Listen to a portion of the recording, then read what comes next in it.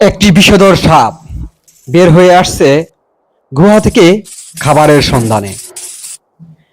সাপ সাধারণত ইঁদুর, পাখি, খরগোশ, ছোট ছোট প্রাণী এগুলো ধরে ধরে খায়। কিন্তু ভাগ্যের নির্মম পরিহাস, উপর থেকে তাকে নজর করছে এক ভয়ঙ্কর রাক্ষসী ঈগল। তাকে ধরার জন্য সে পিছু পিছু ধাওয়া করছে।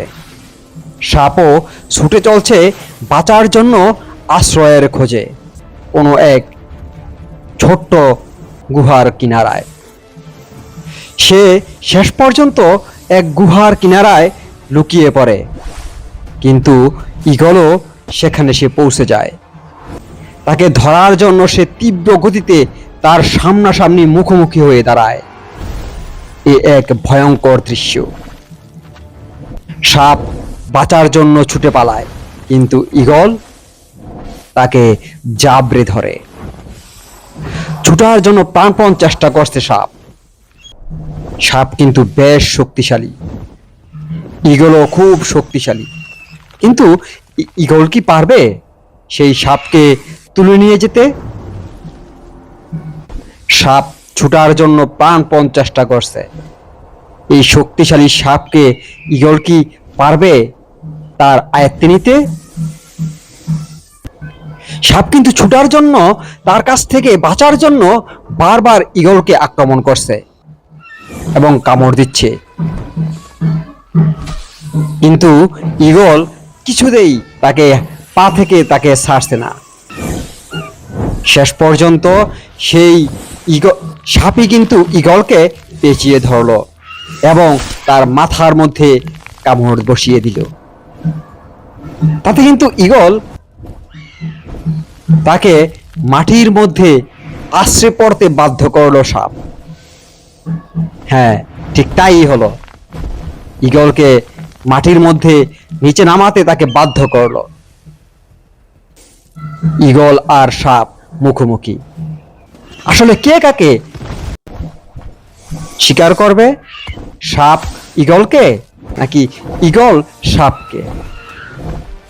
দেখা যাক শেষ পর্যন্ত কি হয়।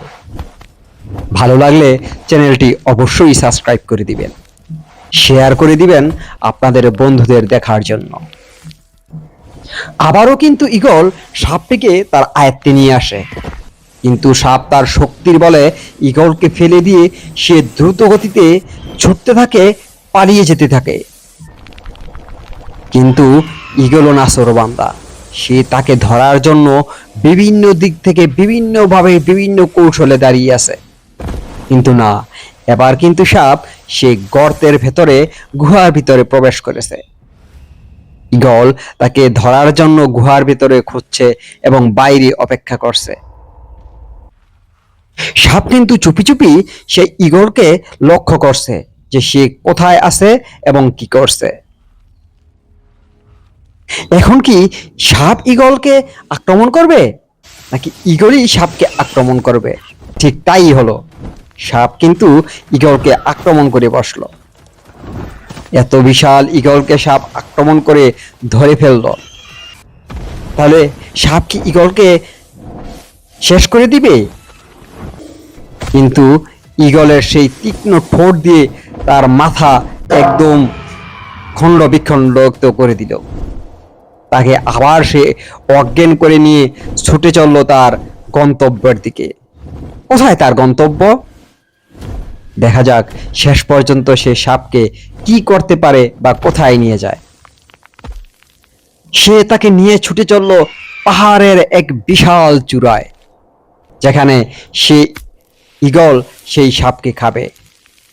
সে খাওয়ার জন্য সাপের গায়ে ঠোঁট লাগায়, কিন্তু তখন সাপ আবার তার জ্ঞান ফিরে আসে। সে বুঝতে পারতেছে যে ঈগল তাকে খাওয়ার জন্য তার ঠোঁট দিয়ে চামড়া ছাড়াচ্ছে। তখন এই সাপ ঈগলকে আবারও আক্রমণ করার জন্য উঠে পড়ে। আবারও শুরু হয় তাদের মধ্যে তুমুল লড়াই। ঈগল চাচ্ছে সাপকে খাওয়ার জন্য, আর সাপ চাচ্ছে ঈগলের কাছ থেকে ছুটে বাঁচার জন্য। শেষ পর্যন্ত সাপ কিন্তু ঈগলকে পরাস্ত করে সেই পাহাড় থেকে নিচে ফেলে দিল। সাপ আবারও ছুটে চলছে তার গুহার দিকে এবং এবারের মতো সে প্রাণে বেঁচে গেল। কিন্তু সেই ঈগল কিন্তু খাবারের সন্ধানে আবার কোনো একদিন তার পিছনে পিছনে ছুটছে এবং একবার সে দেখতে পেল সে একদম খোলা মাঠে দাঁড়িয়ে আছে। তখনই সে সেই সাপকে ধরে একদম শক্তিশালী নখ দিয়ে থাবড়ে ধরে উড়ে গেল তার গন্তব্যের শেষ ঠিক।